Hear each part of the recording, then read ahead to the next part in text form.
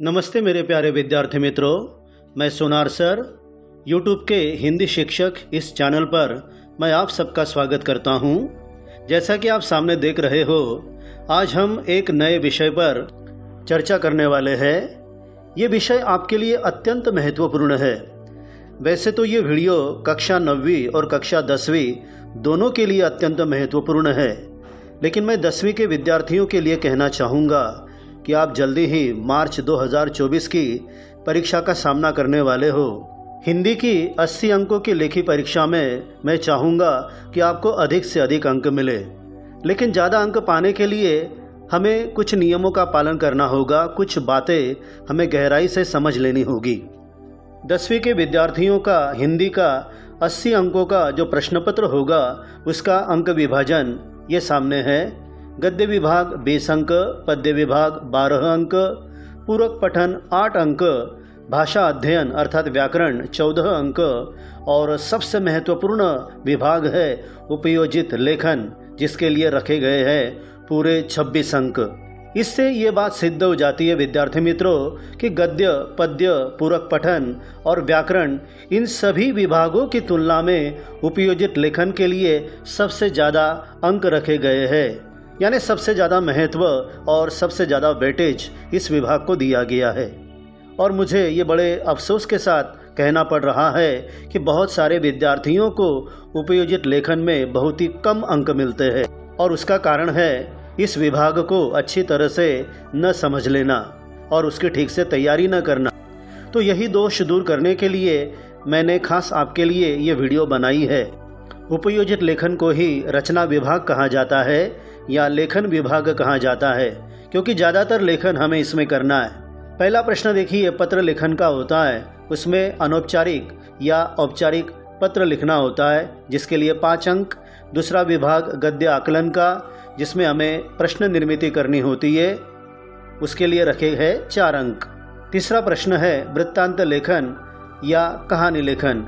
यदि आपको वृत्तांत लेखन नहीं करना है तो कहानी लेखन कर सकते हैं, उसके लिए 5 अंक। चौथा विभाग या चौथा प्रश्न विज्ञापन लेखन, जिसके लिए 5 अंक। और 5वां विभाग निबंध लेखन, उसके लिए रखे हैं 7 अंक। इस प्रकार कुल मिलाकर 26 अंक। उपयोजित लेखन में अधिक से अधिक अंक पाने के लिए मैं चाहूँगा पत्र, गद्याकलन, वृत्तांत, कहानी, विज्ञापन और निबंध, इनकी खूब अच्छी प्रैक्टिस करें। 10वीं का जो परीक्षार्थी पुराने प्रश्न पत्रों को हल करेगा, अच्छी तरह से उत्तर लिखने की कला को अवगत कर लेगा, तो उपयोजित लेखन में उसे बहुत ही अच्छे अंक प्राप्त हो सकते हैं। तो यहाँ पर हम ले रहे हैं बोर्ड की कृति पत्रिका जुलाई 2023 का उपयोजित लेखन का विभाग। तो शुरू करते हैं। प्रश्न 5वां अ, सूचनाओं के अनुसार लेखन कीजिए। पहला, पत्र लेखन। निम्नलिखित जानकारी के आधार पर पत्र लेखन कीजिए। पहला अनौपचारिक पत्र है। अंकिता या अंकित सांगड़े, 111 स्टेशन रोड, लातूर से अपने मित्र या सहेली सुधीर या सुधा देशपांडे, किस्मत नगर, अकोला को नाट्य प्रतियोगिता में उत्कृष्ट अभिनय का पुरस्कार प्राप्त होने पर अभिनंदन करने हेतु पत्र लिखती या लिखता है। पत्र लेखन करते समय हमें 3 बातों को समझ लेना चाहिए कि पत्र लिखने वाला कौन है, पत्र किसे लिखा गया है और पत्र का विषय क्या है। तो ये पत्र इस प्रकार लिखा जाएगा। सबसे ऊपर तारीख 10 दिसंबर 2023, जिससे पत्र लिखा जा रहा है उसका नाम और पता, सुधीर देशपांडे, किस्मत नगर, अकोला 452008। प्रिय मित्र सुधीर, सस्नेह नमस्ते। एक बात मैं और आपको बता दूं विद्यार्थी मित्रों, अगर यहाँ पर मित्र का पता नहीं दिया है तो आप केवल इतना ही लिख सकते हैं कि प्रिय मित्र सुधीर, सस्नेह नमस्ते। लेकिन अगर पत्र में पता भी दिया हुआ है तो आपको इस प्रकार लिखना पड़ेगा। लेखन में शुद्धता आवश्यक है। देखिए, कल ही मुझे अपने बाबूजी का पत्र मिला। उन्होंने पत्र में उल्लेख किया था कि विद्यालय में ली गई नाट्य प्रतियोगिता में तुम्हें उत्कृष्ट अभिनय का पुरस्कार प्राप्त हुआ। यह जानकर मुझे अत्यधिक खुशी हुई। यह पुरस्कार तो तुम्हें मिलना ही था। मित्र, मैं जानता हूँ कि नाटकों में अभिनय करने की तुम्हारी काफ़ी रुचि रही है। मुझे याद है जब भी तुम किसी नाटक में हिस्सा लेते तुम उसका खूब अभ्यास करते, कभी दर्पण के सामने खड़े होकर अभिनय करते, मित्र, मैं ये भी जानता हूँ कि यह पुरस्कार पाने के लिए तुमने कितनी कड़ी मेहनत की होगी। चलो, आखिर तुम्हारी मेहनत रंग लाई।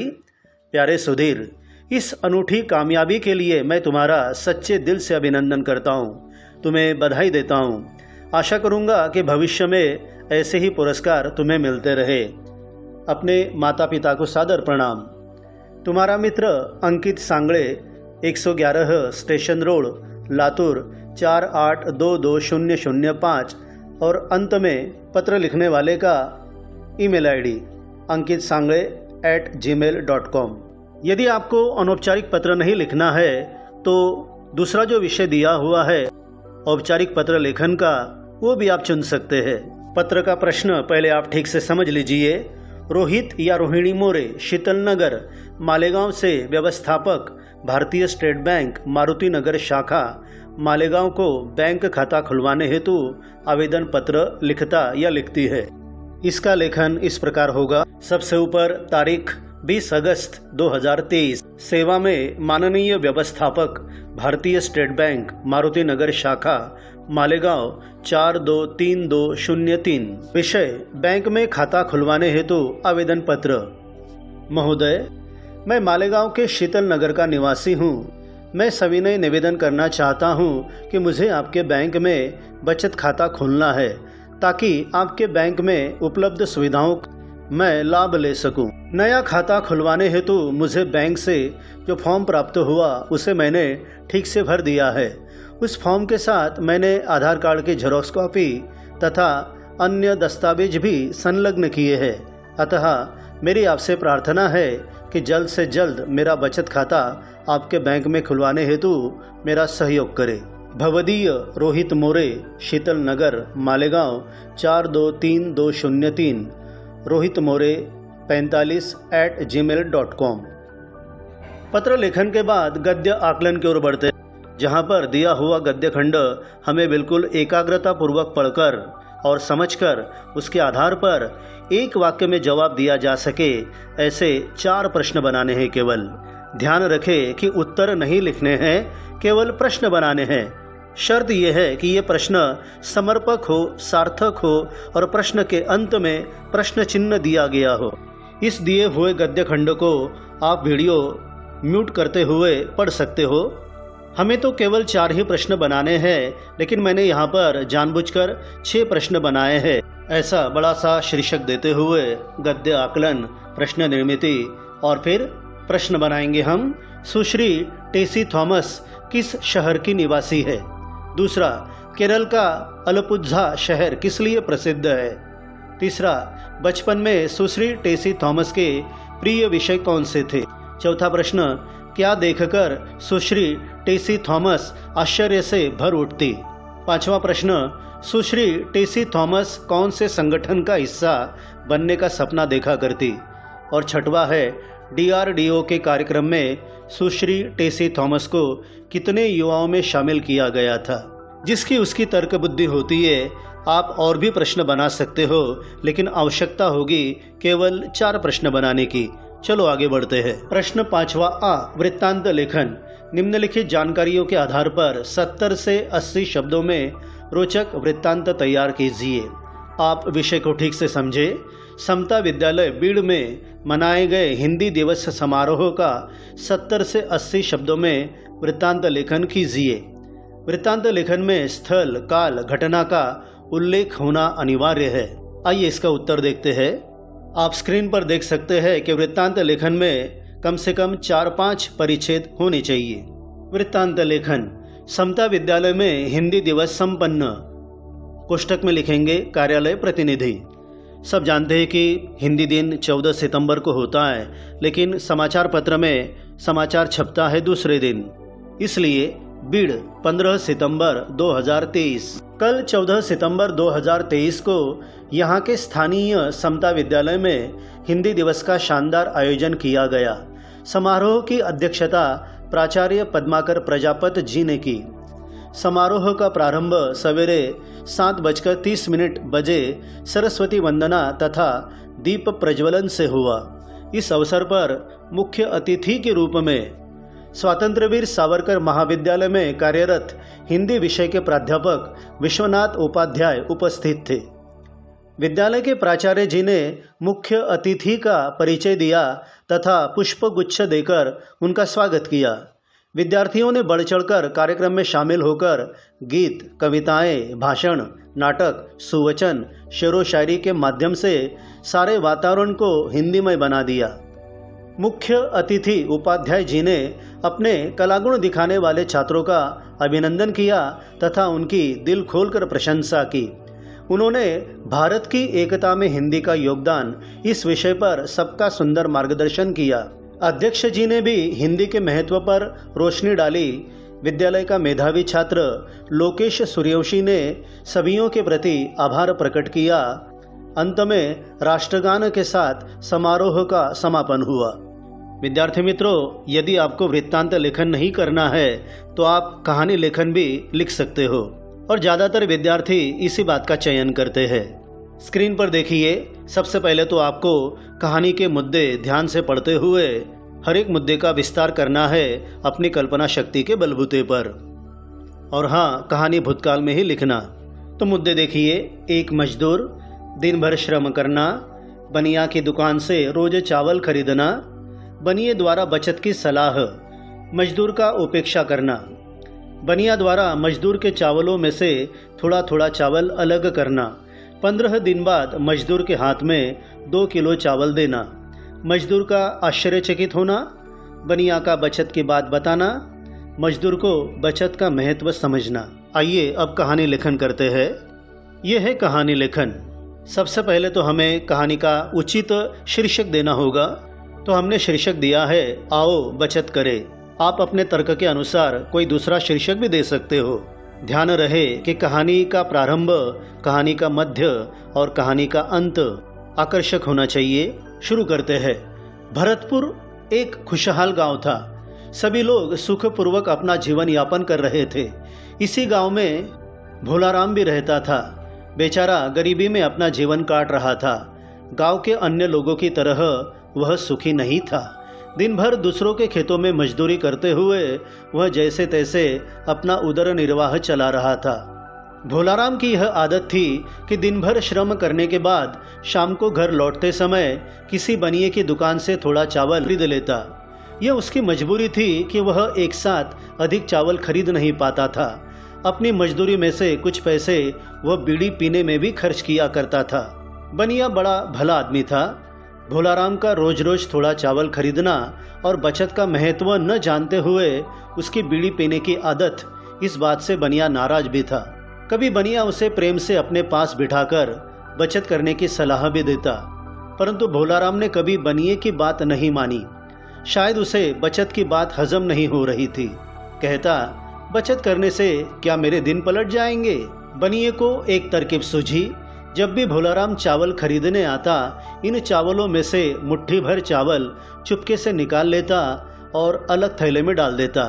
ऐसे ही पूरे 15 दिन बीत गए। 16वें दिन जब भोलाराम चावल खरीदने आया तो बनिए ने कहा, भोला, तुम्हें पैसे देने की जरूरत नहीं और ये रहे तुम्हारे 2 किलो चावल, रख लो। भोलाराम के आश्चर्य का ठिकाना न रहा। फिर बनिए ने बताया कि यह तुम्हारे ही चावल है। ये होता है बचत का जादू। सुनकर भोलाराम की आंखें खुशी से छलक उठी। भोलाराम बोला, आज आपने मेरी आंखें खोल दी।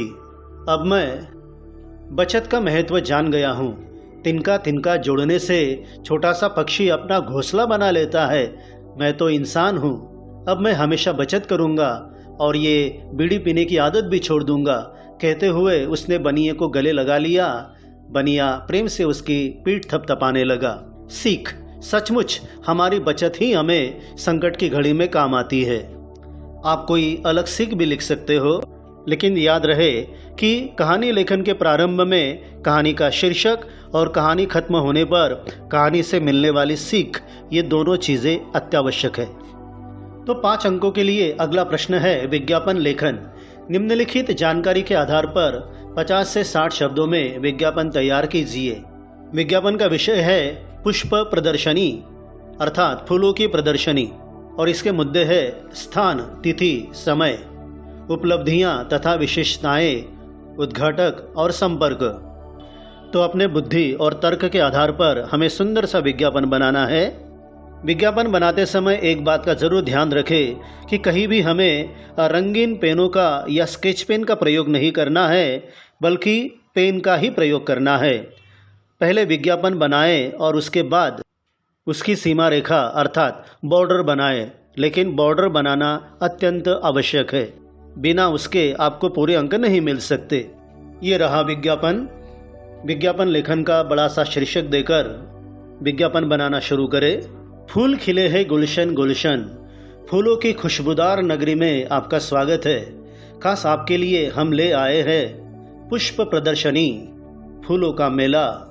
यहाँ पर आप पाएंगे दुर्लभ जाति प्रजाति के फूलों को, पौधों को, देशी विदेशी पौधे उपलब्ध, फूलों से निर्मित मनमोहक वस्तुएं, पौधे लगाने का उचित मार्गदर्शन। स्थान आनंद मैदान, पंचवटी, नासिक। तिथि एवं समय 29 दिसंबर 2023 शुक्रवार सवेरे 10 से रात 10 बजे तक। उद्घाटक युवा नेता एवं नगर सेवक माननीय धीरज पांडे जी। संपर्क 094480078990। जो महत्वपूर्ण मुद्दे होंगे वो मोटे अक्षरों में लिखे ताकि देखने वालों का बरबस वहाँ पर ध्यान चला जाए। यहाँ पर छोटा सा फूलों का चित्र भी बनाया गया है। और ये भी याद रखें कि विज्ञापन बनाने के लिए जो मुद्दे दिए गए हैं उनमें से एक भी मुद्दा रह न जाए, अर्थात सभीयों का समावेश करें। आगे बढ़ते हैं। अंतिम प्रश्न 5वां ई, निबंध लेखन। निम्नलिखित विषयों में से किसी एक विषय पर 80 से 100 शब्दों में निबंध लिखिए। यहाँ पर 3 विषय दिए हुए हैं। हम यहाँ पर आत्मकथनात्मक निबंध मैं मोबाइल बोल रहा हूँ ये लेंगे। मैं चाहूँगा कि निबंध लेखन करने से पहले आप कोई एक निश्चित विषय चुन लीजिए जिस पर आप अधिक से अधिक लिख सको। उसके कुछ मुद्दे बना लीजिए मन ही मन और कुशलतापूर्वक एक एक मुद्दे का विस्तार करते जाइए। यह है निबंध लेखन। आत्मलेखन निबंध के बारे में एक बात ज़रूर ध्यान में रखना कि ये उत्तम पुरुषवाचक सर्वनाम अर्थात मैं का उल्लेख यहाँ पर अनिवार्य है, आवश्यक है। बिना उसका प्रयोग किए आत्मकथनात्मक निबंध लिखा ही नहीं जा सकता, और अगर आपने लिखने का प्रयास किया तो अंक आपको नहीं मिलेंगे। आइए शुरू करते हैं। मैं मोबाइल बोल रहा हूँ। अरे भाई, बिल्कुल ठीक सुना तुमने, मैं मोबाइल ही बोल रहा हूँ। मुझ पर कान सटाकर तो सब बोलते हैं, सोचा आज मैं ही बोलूँ और अपने दिल की बात तुमसे साझा करूँ। अपनी प्रशंसा करने का मेरा कोई इरादा नहीं है, परंतु सच को नकारा भी तो नहीं जा सकता ना। मेरा जन्म 1973 को हुआ था, लेकिन तब से लेकर आज तक मेरा रंग, रूप, आकार, वजन और क्षमता, इन बातों को लेकर कमाल का परिवर्तन हो रहा है। कीमतों में भी काफ़ी बदल हुआ है। कई कंपनियां देश विदेशों में मेरे निर्माण में तेज़ी से लगी हुई है। करोड़ों रुपयों का कारोबार मुझसे जुड़ा है। मुझे इस बात का गर्व है कि मैं आज दुनिया में सबकी ज़रूरत बन गया हूँ। हर एक के हाथ में मैं नज़र आता हूँ। गरीब हो या अमीर, जवान हो या बूढ़ा, बच्चा हो या युवक, स्त्री हो या पुरुष, नौकर हो या मालिक, छात्र हो या शिक्षक, नर्स हो या डॉक्टर, लगभग मैं सबका लाडला बन गया हूँ। और क्यों न हो, एक साथ कई खूबियाँ जो मुझ में है क्या नहीं। मेरे अंदर बड़ा खजाना है। कई महत्वपूर्ण ऐप्स, फेसबुक, व्हाट्सएप, सामान्य ज्ञान, समाचार, दिनदर्शिका और न जाने क्या क्या। कुछ लोग तो मेरी इन खूबियों के कारण दिन रात मुझसे चिपके रहते हैं। मेरे कारण अपने अन्य महत्वपूर्ण काम भी भूल जाते हैं। तब मुझे उन पर हंसी भी आती है और दुख भी होता है। मेरी भूख 2 कारणों से ही मिटती है। पहला कारण बिजली और दूसरा इंटरनेट। निश्चित समयावधि के बाद मेरा यह भोजन खत्म हो जाता है, लेकिन मेरा उपयोगकर्ता मेरी भूख या भोजन का बढ़िया ख्याल रखता है। वह जानता है कि मेरे बिना उसके सारे काम रुक जाएंगे। मनुष्य का मनोरंजन करने में मैं अग्रणी हूँ। सुंदर तस्वीरें खिंचवाने का या सुंदर दृश्यों को कैद करने का कैमरे का काम भी मैंने संभाल लिया है। कोरोना काल में तो छात्रों ने और शिक्षकों ने मेरा खूब फायदा उठाया। ऑनलाइन अध्ययन अध्यापन के माध्यम से वे मुझसे घंटों तक चिपके रहते। मेरे बिना वे मानो अपने आप को अधूरा सा समझते।